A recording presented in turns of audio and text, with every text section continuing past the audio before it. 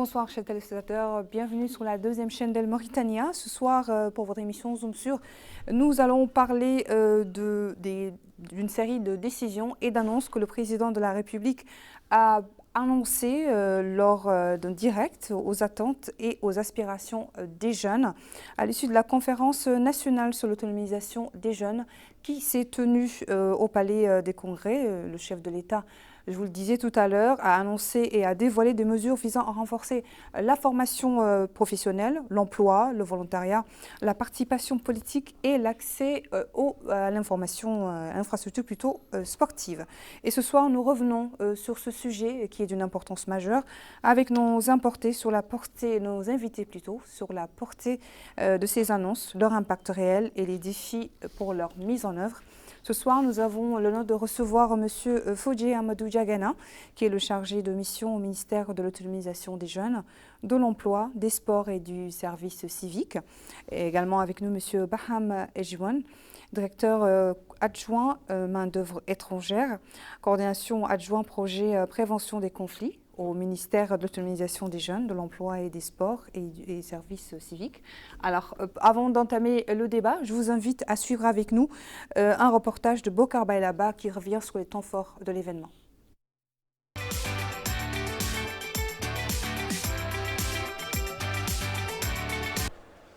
Bismillahirrahmanirrahim.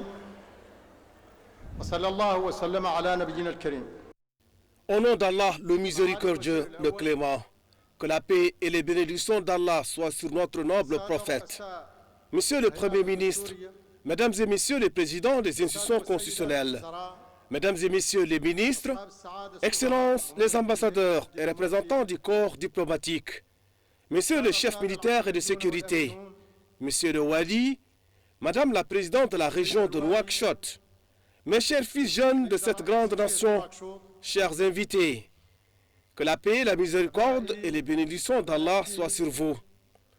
Je suis ravi de partager avec vous ce moment charnière dans le parcours national d'autonomisation des jeunes, réaffirmant notre confiance en vous et notre conviction que l'avenir du pays ne peut être construit que par la force de votre volonté, la profondeur de votre conscience, votre enthousiasme et votre pleine participation.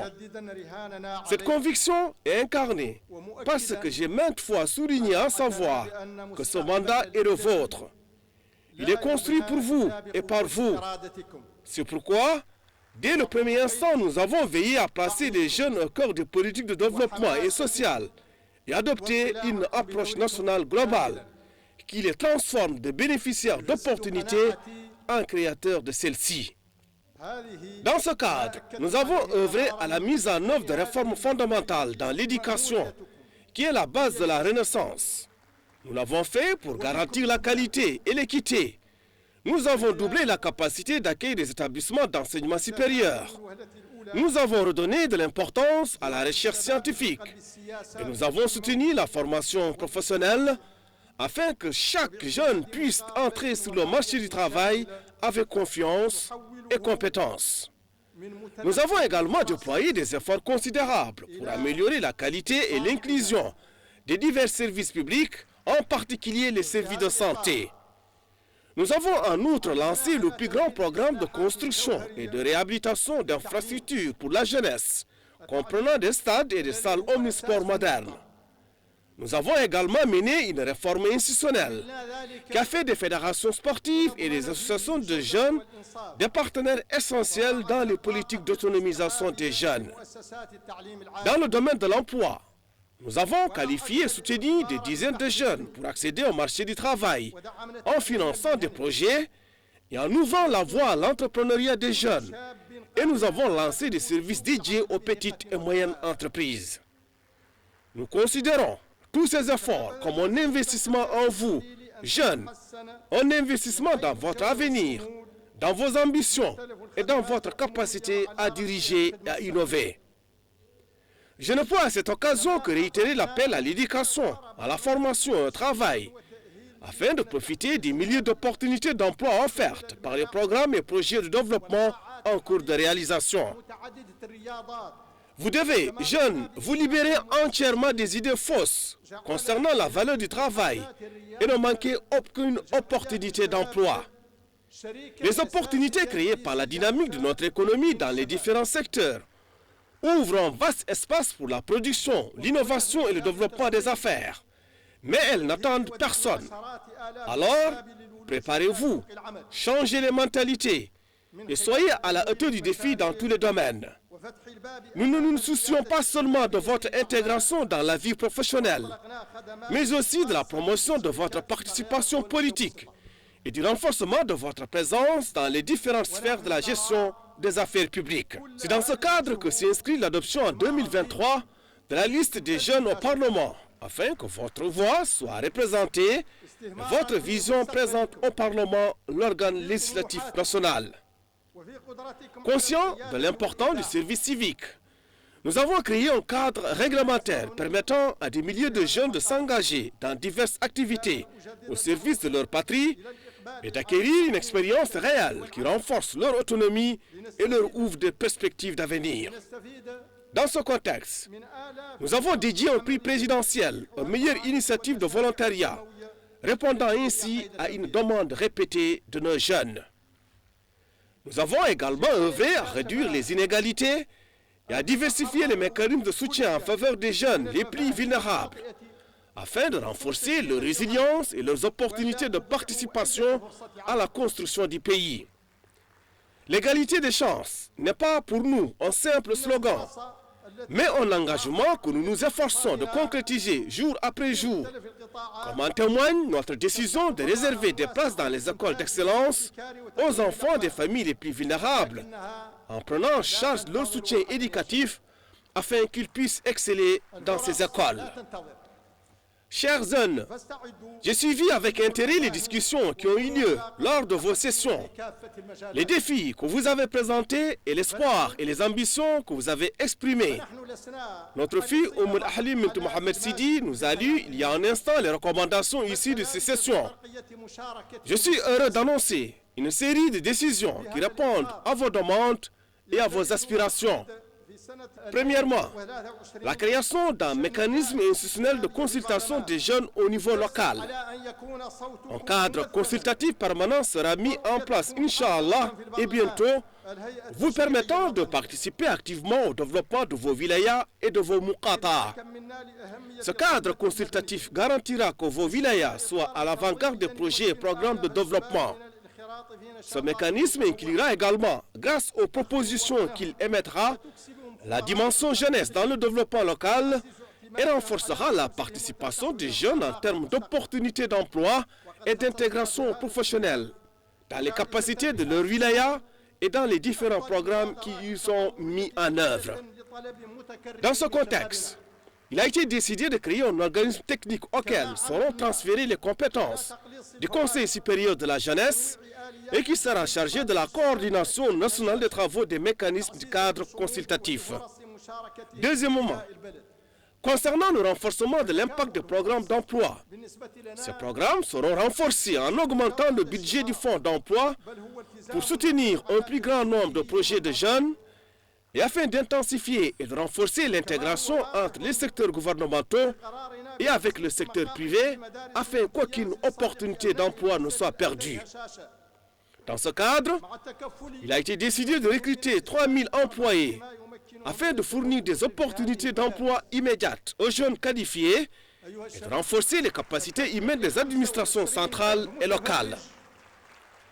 Des efforts seront également faits pour améliorer l'efficacité et l'efficience des mécanismes de coordination au niveau central et régional entre le secteur de l'emploi et les secteurs à fort potentiel d'emploi, tels que l'agriculture, la pêche, le développement animal, les mines et l'énergie, afin de créer 30 000 opportunités d'emploi au cours des 2 prochaines années. À cela s'ajoute le renforcement de la coordination opérationnelle entre les programmes de formation technique et professionnelle d'une part et les mécanismes de financement fournis par Ta'azur d'autre part, afin d'augmenter les opportunités d'auto-emploi pour les jeunes dans les zones vulnérables. Troisièmement, le service civique sera également étendu en ouvrant 7000 nouvelles opportunités de volontariat Et grâce aux opportunités de travail bénévole, bien sûr, la qualité et le sentiment de servir la nation augmenteront et cela permettra à nos jeunes d'acquérir de l'expérience et d'enrichir leur carrière professionnelle.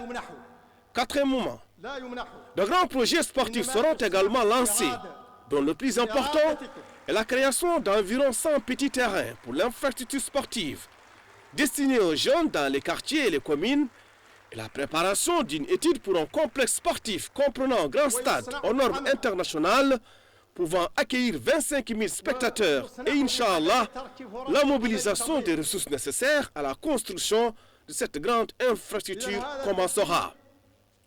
Ô jeunesse, je vous renouvelle la promesse que j'ai faite depuis le début. Cette promesse est que je ne ménagerai aucun effort pour vous autonomiser.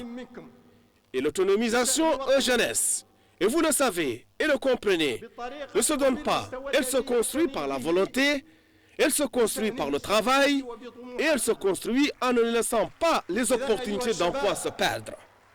Donc, cette autonomisation doit amener chacun d'entre vous à prendre soin de son pays, de la manière et au niveau où il prend soin de ses affaires personnelles et de ses ambitions. Donc, aux jeunesses, la patrie avant tout, avant toute appartenance, avant toute préoccupation personnelle, mais elle, comme je le dis toujours, nous contient tous et contient notre jeunesse et plaçons-la au-dessus de nous tous. Ô jeunesse, vous êtes l'espoir de ce pays, l'espoir de la Mauritanie. Vous êtes les bâtisseurs de l'avenir de ce pays. Et nous comptons sur vous pour en faire un modèle de développement, un modèle de sécurité et un modèle de prospérité. Je vous remercie et que la paix et la bénédiction d'Allah soient sur vous.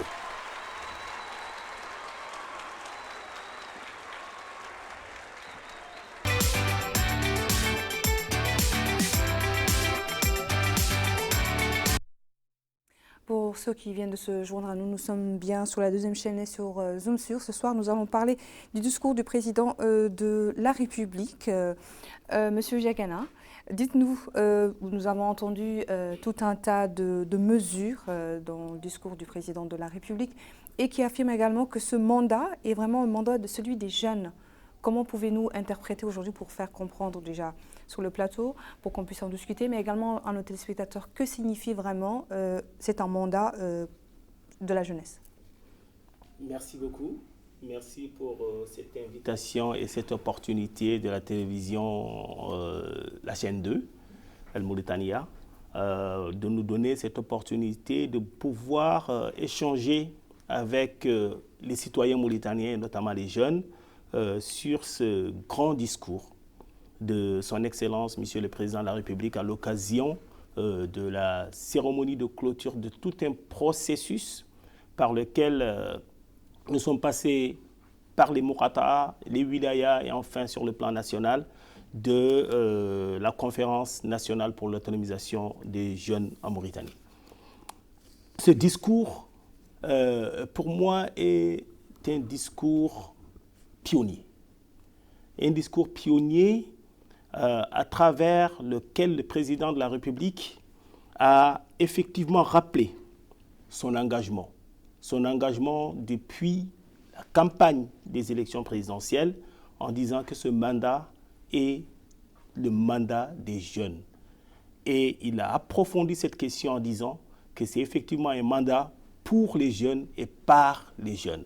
Et quand on dit pour les jeunes et par les jeunes, ça veut dire qu'il faudrait que les jeunes participent déjà à la conception de l'ensemble des politiques et programmes et de tout ce qu'il y a comme action gouvernementale à faire, mais également jouent un rôle dans la mise en œuvre et la surveillance de la mise en œuvre de ces programmes-là. Et cette participation de la jeunesse doit être prise en main par les jeunes. Et le président de la République, dans son discours, l'a dit, et de manière claire, et son gouvernement est en train de mettre ça en œuvre à travers le gouvernement de son Excellence, Monsieur le Premier ministre Mokhtar Ould Diaye, et le ministère de l'autonomisation de la jeunesse, de l'emploi, des sports et des services civiques qui a été institué cette année, lors de cette deuxième magistrature, est effectivement un appel fort pour dire aux jeunes, voici le cadre institutionnel. Le Conseil national de la jeunesse, voici une structure institutionnelle qui vont vous permettre d'intervenir, de participer et aussi de contrôler et de nous interpeller sur ce que nous avons pris comme engagement vis-à-vis de vous, jeunes. Et nous avons vu depuis son arrivée un certain nombre d'investissements sur les jeunes. Et ces investissements, il les a rappelés. À travers l'éducation, à travers la recherche scientifique, à travers la formation technique et professionnelle qui a été profondément reformée, à travers l'inclusion en matière sanitaire, les infrastructures sportives qui ont été créées. Et tous ces investissements, quand on investit, ce qu'on attend, c'est le retour sur investissement. Et ce retour sur investissement, c'est effectivement à travers l'action des jeunes. Et ce retour sur investissement, le président l'attend sur la création d'emplois, sur les initiatives privées, sur la promotion de la PME, sur les valeurs travail. Je pense que le président a rappelé quelque chose qui doit interpeller chacun d'entre nous, en tant que jeune, mais en tant qu'individu, en tant que citoyen mauritanien, la valeur travail. Sans le travail, rien ne peut être développé. Sans le travail, aucune richesse ne peut se créer. Sans le travail, aucune harmonie, aucune entente ne peut se faire. Est-ce que cela explique, par exemple, la partie où le président dit se libérer des fausses, des fausses croyances et aussi le changement de mentalité? Exactement.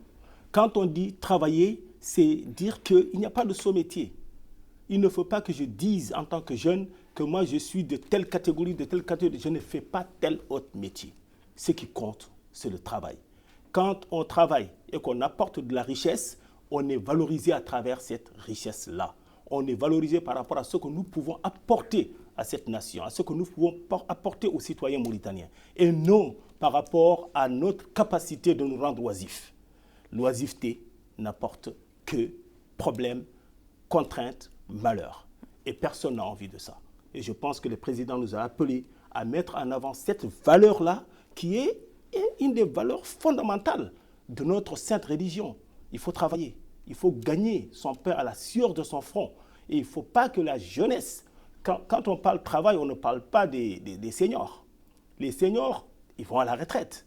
Alors les jeunes doivent pouvoir prendre la relève et de manière digne et de manière dynamique pour effectivement rendre la Mauritanie beaucoup plus développée, beaucoup plus prospère et beaucoup plus sécurisée, comme l'a dit le président. Avant de revenir aussi plus en détail sur chaque aspect justement de ce discours, Monsieur Ham, j'ai une question à vous poser. Selon vous, tout au long de ce processus que vous avez eu à effectuer, je pense même à l'intérieur ou à Nouakchott, le ministère a eu à faire pour réunir ces jeunes, pour discuter avec eux. Selon vous, comment les jeunes aujourd'hui ont perçu ce discours du président de la République, ou comment déjà doivent-ils le prendre? Déjà, je vous remercie de nous accueillir aujourd'hui, moi et mon collègue grand frère Fodje Diagana. Déjà, je pense que le samedi a été une journée historique pour nous en tant que jeunesse de ce pays et moi en tant que jeune cadre de ce ministère. Le discours a été historique et je souligne le fait que ce discours soit historique et par le fait que c'est le premier discours destiné 100% à la jeunesse avec des décisions concrètes pour la jeunesse et par la jeunesse. Pourquoi par la jeunesse? Là où je vais rebondir sur votre question, c'est que cette conférence de l'autonomisation a été conçue de manière très inclusive à travers l'approche qu'a mis en place son Excellence, Monsieur le ministre Mohamed Abdullahi Oulouli depuis son arrivée. C'est l'approche de l'autonomisation des jeunes à travers sa première composante qui est la composante emploi, la composante jeunesse et sport et la composante du service civique. Et c'est à travers cette composante qu'a été pensé le fait de mettre en place une conférence nationale de l'autonomisation des jeunes qui a commencé par un principe qui est très important, celui de la décentralisation, c'est-à-dire des équipes du ministère ont sillonné toutes les muqata'a du pays. Cette fois-ci, c'est le ministère qui est allé de manière décentralisée avec les autorités locales, avec les associations des jeunes locales pour entendre les jeunes, pour rencontrer les jeunes, pour discuter avec les jeunes, pour créer de la compétition positive entre les jeunes dans différents domaines et pour en arriver à ces résultats-là aujourd'hui avec les 45 lauréats, malgré qu'il soit plus de 45, mais ce sont les 45 premiers dans différentes compétitions qui se sont retrouvés à écouter ces décisions. D'où proviennent ces décisions? Je pense que ces décisions proviennent de doléances. Ce sont des doléances exprimées par les jeunes à travers toutes les muqata'a du pays. Et je pense que moi, en tant que personne qui était présente, je voyais la réaction de la jeunesse parce qu'on voyait en eux qu'il y avait en face d'eux un père, un président père qui répondait à leurs attentes et à leurs doléances. Et d'où je souligne que ce sont des décisions historiques qui seront gravies à jamais dans l'histoire de l'autonomisation des jeunes dans ce pays, tout comme le discours d'Awadan, tout comme le discours d'investiture du président, tout comme le discours d'Amorj, tout comme le discours de Tembetka. Ce discours était destiné à 100% à la jeunesse et les doléances, ce sont des doléances de la jeunesse auxquelles le président de la République a répondu affirmativement le samedi. Donc je vous remercie. Alors pour compléter également, M. Diagana, le chef de l'État, rappelle que l'éducation, nous l'avons vu tout à l'heure dans le discours, l'éducation est la base de la renaissance. Tout à fait. Écoutez, en toute franchise, c'est une population non éduquée. On ne peut pas fonder beaucoup d'espoir là-dessus. Et surtout dans ce monde aujourd'hui basé sur la créativité, l'innovation, l'invention. Et la base de tout ça, il faut donner le support nécessaire aux jeunes Mauritaniens de pouvoir compétir dans ce monde de forte concurrence. Et l'éducation est le facteur essentiel. Et quand on ne développe pas cette éducation, on ne peut pas construire des politiques de développement de ces pays à partir d'un niveau supérieur sans que la base puisse suivre. C'est pour éviter cette rupture. Éviter la rupture que tout ce qu'il y a comme politique de développement, tout ce qu'il y a comme programme de développement conçu pour que la Mauritanie avance, pour que la Mauritanie se développe, il faudrait qu'il y ait les ressources humaines compétentes. Et ces ressources humaines compétentes commencent par la base. On éduque les enfants pour qu'ils deviennent des jeunes actifs et responsables et qu'ils deviennent demain des responsables qui sachent mettre en place des politiques cohérentes qui permettent à ce pays d'avancer de manière harmonieuse et dans toutes ses composantes. Mais quelles sont aujourd'hui les réformes prioritaires justement qui découlent de cette vision-là? Eh bien, les réformes prioritaires, quand on regarde le système éducatif aujourd'hui, l'école républicaine. L'école républicaine qui a été instaurée par le président de la République a été vraiment le support qui permet de mettre tous les jeunes de ce pays sur les mêmes pieds d'égalité de l'accès à l'éducation. Sans distinction, sans stigmatisation. Tout le monde arrive dans un établissement républicain, accède aux cours de la même manière, accède au savoir avec les mêmes opportunités pour que les meilleurs puissent s'exprimer et puissent être placés dans les écoles d'excellence pour pouvoir apporter la chose la plus importante à ce pays, c'est-à-dire créer la richesse pour ce pays et créer les conditions de développement favorables à ce pays. Et quand on prend rien que toute la panoplie de mesures à l'intérieur de l'école républicaine, je pense que le président a posé les jalons d'une Mauritanie qui se développe de manière harmonieuse parce que tous ces enfants vont pouvoir accéder à l'éducation. Il y a eu des infrastructures, la création d'écoles, la création de salles de classe, l'équipement, la formation continue des enseignants. Ça, c'est des choses qui sont extrêmement importantes. Quand ceux qui enseignent n'ont pas le niveau, il ne faut pas s'attendre à des enfants d'un excellent niveau. Donc, toutes les mesures ont été prises et mises en œuvre de sorte que le système éducatif de ce pays puisse s'asseoir et de manière durable vers l'excellence. Vers l'excellence. Et ça, je crois que le prix est extrêmement important. Quand on met là-dedans, cet investissement est précieux.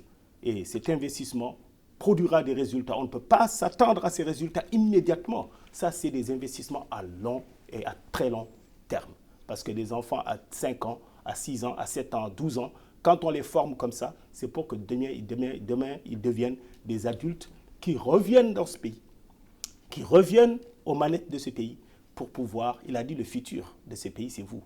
L'espoir de ce pays, c'est vous, les jeunes. Donc, bâtir l'avenir de ces pays, il faut construire une jeunesse responsable. Parmi les mesures dévoilées aujourd'hui, il y a la formation professionnelle. Monsieur, dites-nous comment l'élargissement, par exemple, de la formation professionnelle peut-il répondre aux besoins réels de notre marché? Je pense qu'il y a un grand travail qui a été fait au niveau de la formation professionnelle. J'attire votre attention sur le fait que notre ministère, le ministère de l'Autonomie est devenu un ministère de l'ordre régalien avec un ordre protocolaire très important depuis août 2024, tout comme le ministère de la formation professionnelle qui les suit. D'où le fait qui nous montre que l'autonomisation des jeunes passe aussi par la formation.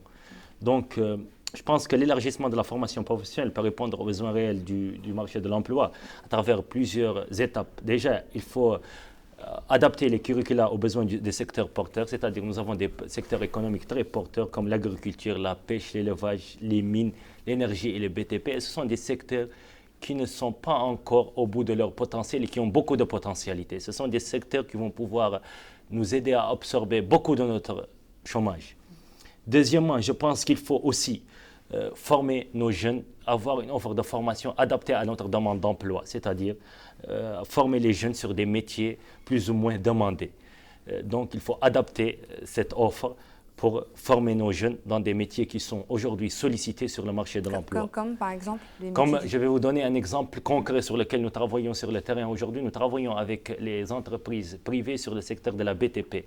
Au niveau de la BTP, à travers les visites de son Excellence le Premier ministre Mokhtar Ould Djaï, il y a été signalé, et malheureusement, que 52% des employés de ces sociétés au niveau du secteur de la BTP, au niveau du projet de développement de Nouakchott, sont des étrangers qui occupent ces postes. Et ce sont des métiers sur lesquels nous devons répondre présent en tant que Mauritaniens, et ce ne sont pas ce ne sont pas des opportunités qui doivent nous échapper, comme l'a souligné son Excellence le Président de la République. Ce sont des opportunités à saisir.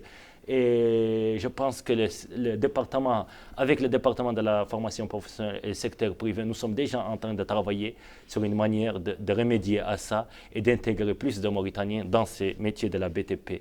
Donc ça, c'est juste un petit exemple de plusieurs, de plusieurs métiers auxquels les Mauritaniens peuvent occuper des postes et peuvent répondre présent et peuvent saisir ces opportunités qui se présentent. Parce que nous avons également parlé des jeunes diplômés, par exemple, l'insertion des jeunes diplômés. Exactement. Ça ne sert à rien d'avoir son diplôme sans avoir du travail. Par exemple, le rôle que peut jouer la recherche scientifique aujourd'hui dans l'intégration de... Je pense que déjà, la recherche scientifique peut jouer un rôle très important en encourageant l'innovation dans les secteurs économiques nationaux. Et je pense qu'aussi dans le développement des solutions locales pour l'agriculture, les énergies renouvelables, la pêche, les nouvelles technologies, etc. Mais je pense aussi que la recherche scientifique aussi doit s'adapter aux aléas et aux demandes de l'offre d'emploi qu'on a. Donc je pense que nous devons avoir une offre qui est pilotée vers notre marché de travail pour qu'on soit en adéquation complète entre la demande et l'offre d'emploi, l'offre de formation aussi et la demande de formation que nous avons.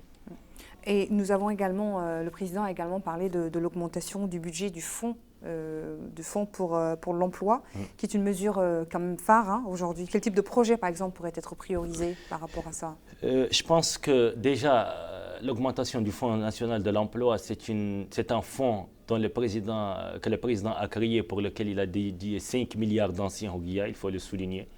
Et c'est un fonds qui fait beaucoup de travail au niveau du ministère, au niveau du département de l'emploi. Je pense que cette augmentation intervient toujours dans le contexte de déléance. Moi qui étais sur le terrain, je pense que le chargé de mission qui était sur le terrain, les jeunes dans les différentes muqata'a ont exprimé cette déléance de plus de financement pour le projet à travers les projets Mashrou'i Moustaqbali, à travers la PROCAPEC, à travers les AGR. Donc il y avait une grande demande pour que plus de financement. Et plus de financement, bien sûr, nécessite plus de fonds. Et je pense que le président de la République a répondu à travers l'augmentation du projet, du fonds de l'emploi plutôt, pour que nous avions plus de projets d'auto-emploi pour les jeunes, que ce soit les jeunes issus de la formation professionnelle, que ce soit les jeunes diplômés, que ce soit les initiatives dans les secteurs stratégiques, que ce soit les projets collectifs au niveau local, que ce soit les startups innovantes qui répondent aux besoins régionaux spécifiques, aux besoins nationaux, que ce soit les entreprises sociales soutenant les jeunes vulnérables dans des zones aussi défavorisées. Donc il y une panoplie d'initiatives que les programmes du ministère gèrent aujourd'hui qui nécessitent une augmentation de ce fonds pour répondre à ces appels de financement des différents jeunes. Il y a également une mesure phare qui a retenu, je pense, les jeunes aujourd'hui, pas que les jeunes, hein, tout le monde. C'est quand on parle concrètement de l'annonce de recrutement, enfin de 30 000 opportunités d'emploi sur 2 ans. Aujourd'hui, oui. Je pense que c'est une annonce très, très faisable et très logique et très concrète sur le terrain. Parce que le marché de l'emploi mauritanien offre de nombreuses opportunités d'emploi qui ne sont pas malheureusement saisies par nos jeunes. Et d'ailleurs, le président de la République l'a mentionné à de nombreuses reprises en faisant appel à la jeunesse de ne pas être paresseuse et de ne pas rater une opportunité. Et de ne pas rater les opportunités, et de saisir ces opportunités parce que tout métier est noble. Et je pense que cet appel est fait du moins, nous avons remarqué au niveau du secteur de l'emploi qu'il y a un grand problème au niveau, je ne dirais pas un problème, il y a des pratiques qu'il faut changer. Et il y a des mentalités qu'il faut changer. Et je pense que c'est un travail collectif, d'où l'appel du président de la République à tout le monde. Je pense que le secteur privé, nous en tant que cadre départemental, en tant que cadre tutelle, je pense que la société civile, tout le monde aura un rôle à jouer dans le fait de changer ces mentalités. Et je pense que 30 000 emplois, avec les secteurs que nous avons productifs qui sont très prometteurs, avec les secteurs dont nous avons discuté, je pense que ce sont des opportunités que nous n'exploitons pas, c'est tout. Alors, pour compléter également, M. Diagana, 30 000 opportunités d'emploi, l'élargissement de la formation professionnelle, le rôle par exemple de la recherche scientifique. Aujourd'hui, par exemple, l'augmentation du budget, c'est tout un tas de mesures aujourd'hui que je suis sûre, le président de la République avant de l'annoncer, il y a eu toute une étude de projets et tout ce qui a été fait pour que ces projets soient concrets.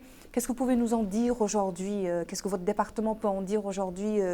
Qu'est-ce qui a été fait? Qu'est-ce qui est en cours? Tout ça. Ok. Vous savez, le département de l'autonomisation des jeunes, de l'emploi, des sports et du service civique dispose d'un certain nombre de programmes actifs de l'emploi qui sont mis en œuvre au sein de ces départements-là. Il a cité le projet Misroui Moustarbeli, le programme Misroui Moustarbeli, il y a le programme Mehenti, il y a actuellement, avec les réformes que son Excellence, Monsieur le ministre de l'autonomisation a mis en œuvre pour redynamiser ces programmes, pour les rendre beaucoup plus efficaces, pour les rendre beaucoup plus utiles et proches des jeunes, fait que ce programme suscite aujourd'hui vraiment un engouement total et entier des jeunes qui veulent encore plus. Et quand on prend le programme 2025 de Mon projet, mon avenir, qui vise à créer près de 1000 entités et financer ces entités pour les jeunes sur toute l'étendue du territoire national. Des programmes comme le programme de développement des micro-entreprises, des micro et petites entreprises. C'est inciter les jeunes à avoir l'initiative. Quand on prend l'initiative, qu'est-ce qu'il nous faut en plus? C'est l'investissement. L'investissement pour pouvoir mettre en œuvre son idée et avoir les mesures d'accompagnement qui vont avec pour pouvoir concrétiser son idée sur le terrain. Et aujourd'hui, avec cette démarche que nous avons eue dans le cadre du CNAJ, le Conseil national de l'autonomisation des jeunes, dans toutes les wilayas, dans toutes les moukhata'a du pays, il y a un certain nombre de doléances qui remontent, qui sont remontées au niveau central. Pour attirer notre attention, nous avons découvert que dans les coins les plus reculés de la Mauritanie, on trouve des jeunes avec des idées innovantes. On trouve des jeunes avec des ambitions, je ne dirais pas démesurées, mais des ambitions utiles pour le développement local. Et par conséquent, l'approche du département, c'est de les aider à pouvoir mettre en œuvre ces idées-là. Et ça ne peut pas se faire sans effectivement ces mesures fortes que le président de la République a prises. Et je pense, et je suis convaincu d'ailleurs, que le département de l'autonomisation aujourd'hui, dans son organisation, dans son mécanisme de fonctionnement, dans son système d'intervention, on dispose des outils pour vraiment rendre de manière très efficace, opérationnelle, ces mesures-là. Quand nous parlons aujourd'hui, je disais tout à l'heure, le recrutement direct de 3 000 jeunes, le président en a parlé, recruter directement 3 000 jeunes, ça a été annoncé, donc il y a eu même le public s'est levé pour applaudir et tout. Quels critères aujourd'hui devons-nous mettre, enfin, qui ont été mis en place aujourd'hui pour guider ce processus-là? Je pense qu'il faut déjà commencer par donner les objectifs de cette mesure. C'est une mesure qui vise déjà à offrir des débouchés professionnels immédiats aux jeunes Mauritaniens qui sont qualifiés, à contribuer aussi à la dynamisation du service public à travers un apport de compétences nouvelles. Parce que l'administration a besoin de 109 et 100 jeunes. Et comme c'est un mandat de la jeunesse, par la jeunesse et pour la jeunesse, je pense que c'est très important. Aussi, je pense que cela renforcera les capacités humaines des administrations publiques, locales et centrales. Comme ne l'oublions pas aussi que le niveau décentralisé est très primordial dans ce discours du président de la République. Il rend à la décentralisation ce qui lui appartient dans ce discours. Et je pense que ce recrutement sera basé sur des critères très simples. Et je pense que le premier critère est celui de la transparence, dont le secteur c'est une des devises du secteur de l'autonomisation des jeunes. Tout ce que nous faisons est publié, est affiché, tous les recrutements qui se font, tous les concours. Je pense que toutes les plateformes du ministère sont dédiées à cela. Et c'est une devise que le ministre, dans ses premières réunions, nous a orientés vers ça. C'est au niveau de la transparence et l'accessibilité à l'information pour notre jeunesse. Je pense aussi que la prise en compte des besoins de ressources humaines au niveau local, la qualification et l'adéquation des profils aussi aux besoins d'administration, ce sont des critères qui seront pris en compte dans la sélection et le recrutement de ces 3 000 jeunes qui ont été annoncés par le président de la République et qui est une mesure phare de ce discours du samedi. Quand nous parlons aujourd'hui de 7 000 nouvelles opportunités de volontariat, de quoi nous parlons? Comment garantir ce service civique pour bien comprendre? Je pense que le service civique est un moyen d'acquérir Il faut comprendre que le service civique, c'est du volontariat, mais aussi c'est un moyen d'acquérir des compétences professionnelles. Et il est important d'insister sur le fait que le service civique n'est pas seulement un acte citoyen. C'est aussi une opportunité de formation et de développement personnel. C'est du self-coaching, comme on dit. Et je pense qu'il permet de développer des compétences techniques selon la mission. Parfois, ce sont des missions d'assistance au système sanitaire. Parfois, ce sont des missions de gestion de projet. Parfois, ce sont des missions d'animation, de communication, de gestion et animation socio-éducative. Et aussi, je pense qu'il permet aussi d'acquérir des savoir-être essentiels dans le monde professionnel. Vous avez l'esprit d'équipe, vous avez l'autonomie, vous avez le sens de la responsabilité et l'adaptation aux différents aléas auxquels on fait face. Et je pense aussi qu'il permet aux bénéficiaires de découvrir plusieurs secteurs d'activité et à un moment, ils se spécialiseront selon leur envie et leurs souhaits. Et je pense aussi qu'il permet aussi aux jeunes bénéficiaires de bénéficier d'un accompagnement des structures du ministère, mais aussi des formations qualifiantes par les différentes structures dédiées au service civique. Je pense que le service civique est une expérience riche, valorisante et qui est très reconnue mondialement. Et je pense que l'expérience acquise durant le volontariat est reconnue, que ce soit par les employeurs, car elle témoigne de l'engagement de la personne, de la motivation et de sa capacité à s'investir dans les projets concrets. Donc, elle peut, d'un cas ou l'autre, dire que cette expérience facilite l'accès à l'emploi ou à d'autres formes d'engagement public. Mais est-ce que aujourd'hui, je veux dire en matière de communication, est-ce qu'il y a assez de communication aujourd'hui pour que les jeunes se rendent compte que ces opportunités qu'on leur offre ou ce travail civique est vraiment bien accueilli déjà par le gouvernement, par l'État, mais également de l'autre côté? Est-ce que les jeunes comprennent la valeur justement de ce travail civique? Est-ce que l'État reconnaît également, comme il se doit, la valeur de ces jeunes qui travaillent pas bénévolement, mais volontairement? Je pense qu'il faut revenir à la base. Le service civique a été créé, des décrets et des arrêtés ont été mis en place pour le fonctionnement du volontariat qui vient d'arriver Il faut dire que c'est une approche nouvelle dans notre pays, qui date d'au moins d'un an et quelques. Donc c'est une approche qui vient d'arriver. Il existait un projet, mais les premiers textes institutionnels ont été mis en place durant la première année du second quinquennat de son Excellence le Président de la République. Donc il faut dire que le ministère a pris l'initiative en mettant en place, premièrement, l'aspect institutionnel, Deuxièmement, de mettre en place une plateforme qui est dédiée au service civique complètement. Et cette plateforme dans laquelle on peut saisir toutes les opportunités de service civique qui se présentent. Le ministère a signé des partenariats avec les ministères de la Défense, de la Santé, avec différentes structures gouvernementales et non gouvernementales pour mettre en valeur ce volontariat. Et je pense que le volontariat a été structuré et caractérisé à travers ces décrets et à travers ces partenariats avec les différentes structures. Maintenant, pour la mise en valeur, je pense que dans les bases de données du service civique, à travers les formations que les jeunes font, à travers les activités, ils perçoivent des attestations et des certifications qui certifient les compétences que ces jeunes acquièrent durant les différentes missions de volontariat qu'ils opéreront au niveau de notre pays. Donc je pense que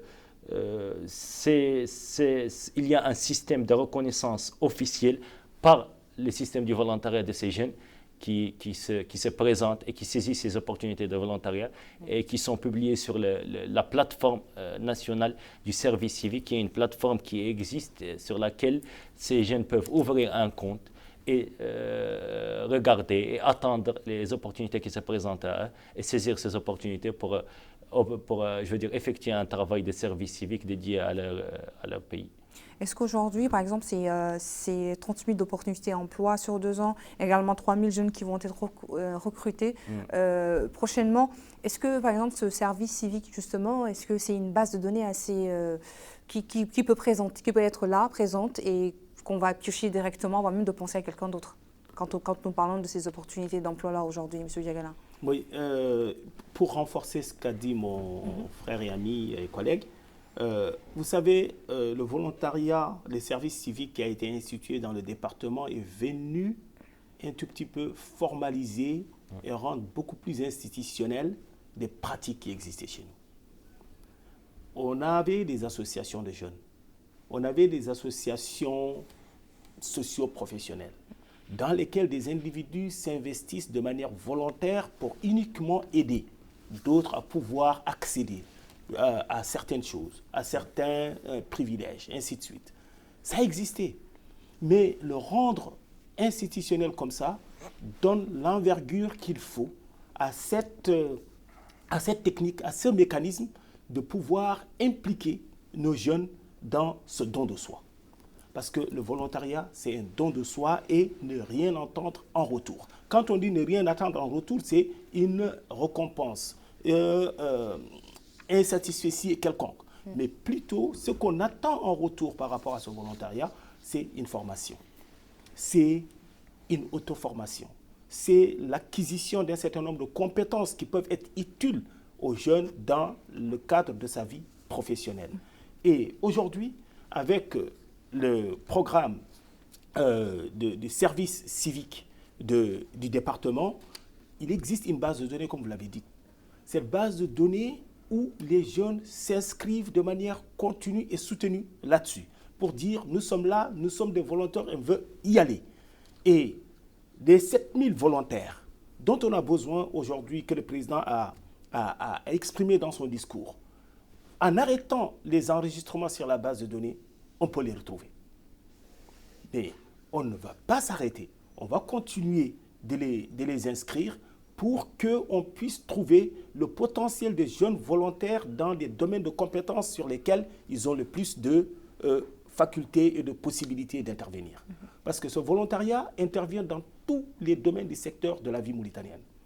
Dans le domaine de la santé, dans le domaine de l'éducation. Je pense que l'année dernière, à l'occasion des ouvertures de salles de classe, on a eu des volontaires qui sont passés dans toutes les écoles avant les ouvertures pour nettoyer les écoles, pour repeindre les tables-bancs, pour réparer les tables-bancs et faire les tableaux, et ainsi de suite. Et aujourd'hui, il y a un certain nombre de jeunes qui sont dans les centres sanitaires pour orienter, pour conseiller, pour aider les personnes qui ne le savent pas, qui ne peuvent pas le faire, à accéder aux services sanitaires de la manière la plus aisée possible. Je pense que chacun d'entre nous, dans sa famille, a besoin d'avoir quelqu'un qui puisse te guider pour accéder à ces genres de choses-là. Et quand on a ça ancré dans la valeur, dans les valeurs de nos jeunes, je pense qu'on les met déjà dans une dynamique de pouvoir servir. servir pour l'intérêt national, servir pour le développement de la nation et servir pour la satisfaction globale des citoyens mauritaniens. Et à ce niveau-là, je pense que ce service civique est bienvenu. Et si le président a annoncé la création de 7000 postes de volontaires supplémentaires avec ce qui a été déjà fait, je pense que ce n'est qu'une décision salutaire et qui pourra effectivement aider à encore ancrer davantage les services civiques dans nos pratiques. Vous avez parlé, M. Baham également, tout au long de l'émission, de décentralisation.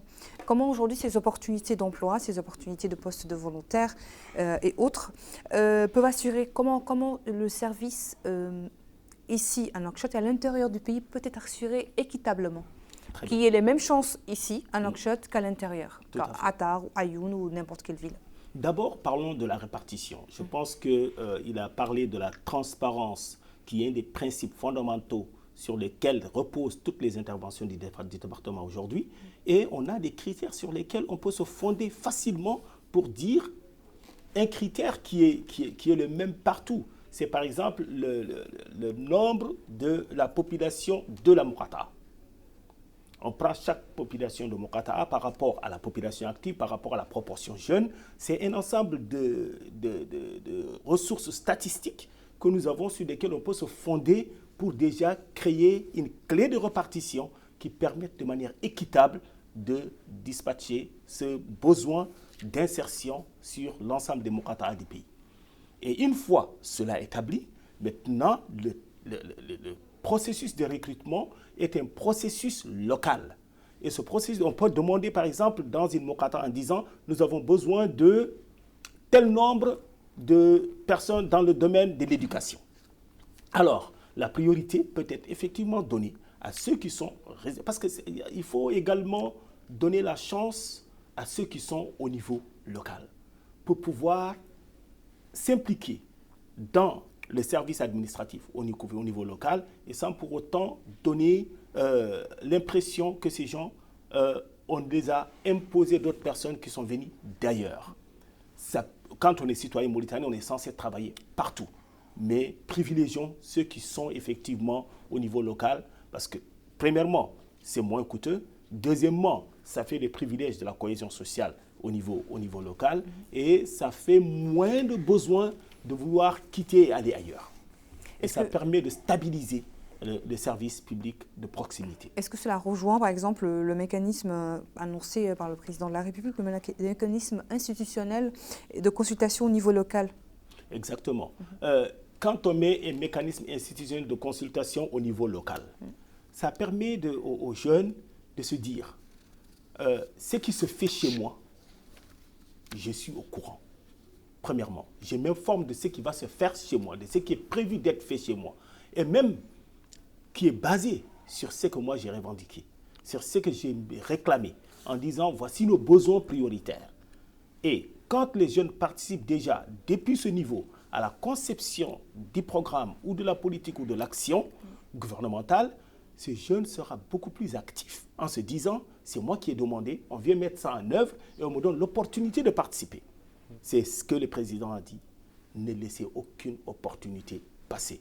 Au-delà de votre action économique, au-delà de votre action entrepreneuriale, soyez également des acteurs politiques. Soyez jeunes acteurs politiques. Quand on est acteur politique, on peut avoir une possibilité de décider pour soi. Au niveau local, au niveau départemental, au niveau régional et au niveau national. Donc les jeunes doivent être représentés à tous les niveaux par rapport à l'action économique, à l'action sociale et à l'action politique. Vous avez quelque chose à Je rajouter, pense que pour compléter un peu ce qu'a dit mon collègue grand frère Fodier, par rapport à votre question sur les services civiques, je vais vous donner un exemple très concret. Aujourd'hui, nous avons des stades du département et des maisons des jeunes. Je pense que la gestion et l'entretien de ces stades aujourd'hui est destiné à des jeunes du service civique. Nous avons lancé un appel à l'échelle nationale pour tout ce qui est infrastructure jeune et sportive, que ce soit des stades. Une sélection a été faite et des jeunes Mauritaniens engagés, inscrits sur la plateforme du service civique sont aujourd'hui à Agjucht pour le stade d'Agjucht et la maison des jeunes d'Agjucht, ici au niveau d'Elmina par exemple, à Kaedi, à Attar, de même, idem. Aujourd'hui, nos infrastructures sont animées ou gérées ou entretenues par des jeunes du service civique. Ça, par rapport à la question du service civique. Par rapport au dispositif institutionnel de concertation locale, je pense que cette question a toujours été une question primordiale. Moi qui suis dans ce secteur de la jeunesse depuis 2019, j'ai sillonné tout le pays et à chaque fois on nous dit, s'il vous plaît, impliquez-nous au début, concertez-vous avec nous avant, on veut que le stade soit là, on veut que la maison des jeunes soit là, on veut tel, on veut ci. Et je pense que ce dispositif de concertation est primordial car il permettra une appropriation déjà des politiques publiques par la jeunesse. Et cette appropriation est primordiale, c'est-à-dire si j'ai participé à la construction, à la conception de la construction d'une maison des jeunes et de sa gestion, demain, quand cette maison des jeunes est là, automatiquement, je m'y vois. Donc, c'est cette approche inclusive et c'est cette approche d'appropriation que le président, je veux dire, a énuméré et a élucidé à travers la création de ce dispositif qui est très primordial et très important. Vous avez, comme vous parlez des stades, je ne voulais pas en parler maintenant, mais comme vous en parlez, j'en profite un peu parce que le président a annoncé également la création d'environ 100 petits terrains et un grand complexe sportif. Quel impact aujourd'hui cela peut avoir pour les jeunes dans les quartiers, les communes, pas seulement pour les jeunes, mais pour les parents également? Je vais répondre à votre question, madame, pour dire que déjà, il faut comprendre que les services des infrastructures sportives, les services de la jeunesse, c'est un service public, tout comme la santé, tout comme l'éducation, c'est un service public. Et il faut offrir ce service public d'épanouissement peut-être à notre jeunesse, parce qu'elle en a besoin pour s'occuper. Elle en a besoin pour ne pas faire d'autres choses et pour ne pas faire de bêtises. La nature a horreur du vide. Exactement. Tout à fait. Donc, d'où le fait de ces 100 terrains. Ce sont des terrains de proximité qui seront composés de plusieurs composantes, qui seront après, je veux dire, avec le temps, on les développera et ils seront mis à disposition du public. Et ce sont des terrains qui offriront, je dirais, une augmentation déjà des activités sportives et récréatives pour la jeunesse. Et je pense que notre jeunesse a besoin de ce genre d'activités. Une réduction de l'OSVT et amélioration de la cohésion sociale parce que la proximité, c'est-à-dire c'est les quartiers, c'est les localités, c'est de la cohésion sociale, c'est du vivre ensemble et aussi c'est du fair play sportif. Et je pense aussi cette création de 100 terrains permettra une dynamisation de la scène du divertissement pour les jeunes dans ces quartiers et dans ces communes. Il y a aussi une autre sorte de dynamisation, je dirais c'est une dynamisation de nature économique parce que là où ces terrains seront concentrés, il y aura une petite activité économique qui se concentrera autour à travers les petits commerces. Je dirais aussi qu'il y a un développement aussi de la création d'emplois au niveau des emplois liés au sport. Vous avez les animateurs socio-éducatifs ou socio-sportifs qui seront sollicités au niveau pour animer un peu, pour gérer les programmes de ces infrastructures. Et je dirais aussi que ça nous permettra d'avoir un cadre idéal, sécurisé, encadré par les jeunes et pour les jeunes. Et aussi, ça valorisera les services publics de proximité dans les quartiers urbains et l'amélioration aussi d'un cadre d'épanouissement des jeunes. Et je pense que nous sommes en train là de faire un programme de proximité pour le système de la santé avec Nouakchott. Nous sommes en train de faire la même chose avec l'éducation et je pense que là, nous allons rejoindre ces composantes avec le volet sportif et jeune. Ça, c'est pour le premier volet des 100 terrains. Pour le volet du complexe sportif, je dirais que ça, moi, en tant qu'amateur de football, en tant qu'amateur du sport en général, c'est une doléance qui date de plus de 25 ans dans ce pays. Nous sollicitons cela et le président de la République a répondu de la plus meilleure des manières à cette sollicitation du public sportif, du public jeune et même de la scène internationale parce que tout le monde nous disait, pour vous, la Mauritanie, vous n'avez pas un truc sportif auquel vous pouvez organiser des compétitions. Donc ça nous permettra aussi de sauter un cap au niveau sportif et d'où l'importance de ce complexe sportif qui sera dans l'étude et les ressources sont en train d'être mobilisées pour permettre à notre sport de gravir des échelons et de briller au niveau des scènes internationales et des compétitions sportives internationales. Aujourd'hui, justement, c'est ces terrains qui vont être créés au niveau des quartiers, des communes. Est-ce qu'il y a un travail justement avec votre département, avec par exemple les mairies, les walis, ceux qui s'occupent vraiment, qui sont beaucoup plus dans les quartiers aujourd'hui, pour qu'ils puissent vous accompagner ou vous accompagner, ou c'est dans les normes? Il faut se dire, madame, que dans ce département aujourd'hui, rien ne s'est fait dans une localité, une commune, une préfecture ou une région sans qu'il y ait une concertation préalable avec les bénéficiaires de cette infrastructure-là. L'État a ouvert le chemin et nous y engouffrons. Tout le monde sait que tout dernièrement, il y a eu des missions dans toutes les wilayas du pays qui ont travaillé avec les populations au niveau local pour identifier les besoins prioritaires identifiés par les populations locales. Et c'est ce qui a conduit au programme d'urgence du développement de Nouakchott, et celui des wilayas ont été lancés récemment par le président de la République et pour être mis en œuvre. Donc toutes ces infrastructures-là, dans lesquelles il y a également des infrastructures sportives qui ont été identifiées dans chaque Mourata pour dire que voici les types de priorités que nous avons. Ces 100 mini-terrains de stade ne sont pas tombés de nulle part. C'est en recensant ces besoins-là qu'effectivement ces 100 mini-terrains ont été identifiés pour dire que c'est d'abord un besoin exprimé au niveau local. Et également, de la même sorte qu'on a identifié ce besoin avec les populations, et c'est de la même sorte que ces populations seront impliquées, notamment des jeunes, pour leur mise en place. Monsieur Diagana, nous sommes rattrapés par le temps. J'ai une question qui est assez... le transfert, par exemple, le président de la République en a parlé, le transfert des compétences du Conseil supérieur de la jeunesse vers un organe technique. C'est une rupture ou une continuité? Une rupture ou une continuité, moi je dirais c'est les deux à la fois. Une rupture, c'est par rapport à rompre avec la méthode institutionnelle de dire il faut porter des décisions que quand c'est exprimé par l'institution elle-même. Continuité, c'est de dire que c'est le besoin exprimé par les jeunes au niveau local que le Conseil national de la jeunesse devrait porter à travers cette structure de concertation au niveau local. Et au niveau local, le besoin exprimé est porté par l'institutionnel pour arriver à être résolu au niveau départemental par le ministère.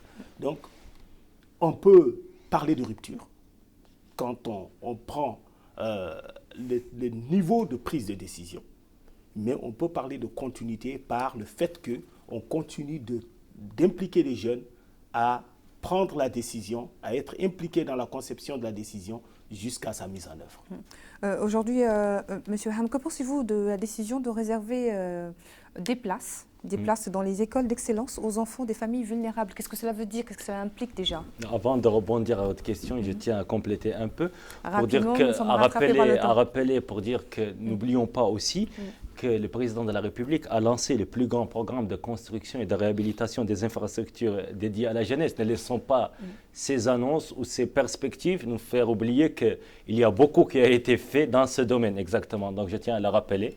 Pour rebondir à votre question, je pense que cette mesure est une mesure d'équité visant à garantir l'égalité des chances réelles. Et je pense que c'est un principe fondamental pour le président de la République dans sa manière de gérer ce pays sur le même pied d'égalité de toutes les parties prenantes dans ce pays. On l'a vu dans tous les secteurs, aller du même pied d'égalité de tout le monde. Et je pense que c'est une manière aussi de réduire les inégalités sociales dès le parcours scolaire. Parce qu'il est important de dire que l'école républicaine aussi, les écoles d'excellence, tout ça, ce sont des actions concrètes pour l'égalité des chances et la réduction des inégalités.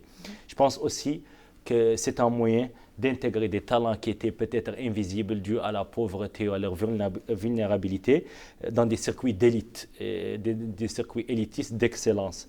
Et aussi, c'est une réponse, je pense, cohérente aux orientations présidentielles et aux bases du programme du président de la République par rapport à l'inclusion sociale. Et aussi, c'est un investissement très stratégique dans l'avenir des jeunes, surtout ces jeunes qui sont issus, je pense, de milieux vulnérables et qui ont besoin d'assistance, d'accompagnement et de suivi de près. Est-ce qu'aujourd'hui, ce sera un accompagnement dès le bas âge ou ce sera plutôt les jeunes qui ont réussi à se démarquer, à montrer un peu certaines compétences? Je pense qu'à travers je pense que c'est un processus complémentaire. Nous commençons par l'école républicaine qui sera progressive Et à un moment, on commence par le collège et le lycée où on devrait intégrer les lycées d'excellence. Donc je pense que tout le monde partira du même pied d'égalité et après les meilleurs iront dans ces écoles. Donc bonne chance aux meilleurs et que les meilleurs gagnent comme on dit en compétition. Inch'Allah. M. Fodji, vous avez quelque chose à rajouter? Ben, c'est juste un rappel. Ce sera le mot de la fin. Hein. Tout à fait. C'est juste un rappel aux jeunes. Le président de la République n'a pas ménagé d'efforts. Il a ouvert les opportunités. Il a donné des moyens. Il a préparé le terrain. Et nous a donné l'opportunité de transformer cet essai de mandat des jeunes par les jeunes et pour les jeunes aux jeunes. Comme il l'a dit lui-même, il ne faut rater aucune opportunité. Et cette opportunité offerte est entre les mains des jeunes et en possession des jeunes. Et à nous de transformer cet essai vraiment en réussite. Donc, au travail, comme il l'a dit, au travail et encore au travail. C'est tout. Et ce n'est que le travail qui paye. Monsieur Baham, au travail. Je pense que le président a lancé un appel très fort à notre jeunesse. Moi, en tant que jeune, il nous demande de changer des mentalités régressistes qui dévalorisent l'effort et le travail. Il a été clair, tous les métiers sont nobles et c'est par le sérieux, la persévérance et l'engagement que chaque jeune peut construire son avenir. Il nous invite à saisir les opportunités qui existent aujourd'hui, à ne pas rester dans l'attente ou dans le doute, parce que notre pays a besoin de sa jeunesse, une jeunesse active, responsable, qui croit en elle-même et qui se met au service, je pense, du développement. Je pense que le message est puissant. Si nous, les jeunes, assumons pleinement notre rôle, la Mauritanie pourra devenir un exemple en matière de sécurité, de paix et de développement. La jeunesse, comme il l'a dit, c'est notre présent, c'est aussi notre futur et c'est la véritable force de la nation. Pour finir, autrement dit, la jeunesse de ce pays doit devenir la véritable locomotive qui tire la Mauritanie vers le progrès et le développement. Une jeunesse qui avance, c'est un pays qui avance, je pense. Et une jeunesse qui crée, c'est une nation qui s'élève. Et lorsque notre jeunesse prend confiance en elle, je pense, saisit les opportunités et persévère, alors c'est tout un pays qui se met en mouvement et qui avance. Merci beaucoup, merci beaucoup. Merci M. Fodji Amadou Diagana. Je rappelle que vous êtes un chargé de mission au ministère de l'Autonomisation des jeunes, de l'emploi, des sports et aussi du service civique. Merci également à vous, M. Baham Jiwan, directeur adjoint main-d'œuvre étrangère, coordinateur adjoint projet prévention des conflits au ministère de l'Emploi, ministère de la Jeunesse. Merci beaucoup, c'était un plaisir de partager ce plateau avec vous. De même pour nous. Voilà, merci beaucoup à l'équipe technique et rédactionnelle qui nous ont accompagnés tout au long de cette émission. Merci surtout aux téléspectateurs et bonne soirée sur Mauritania 2.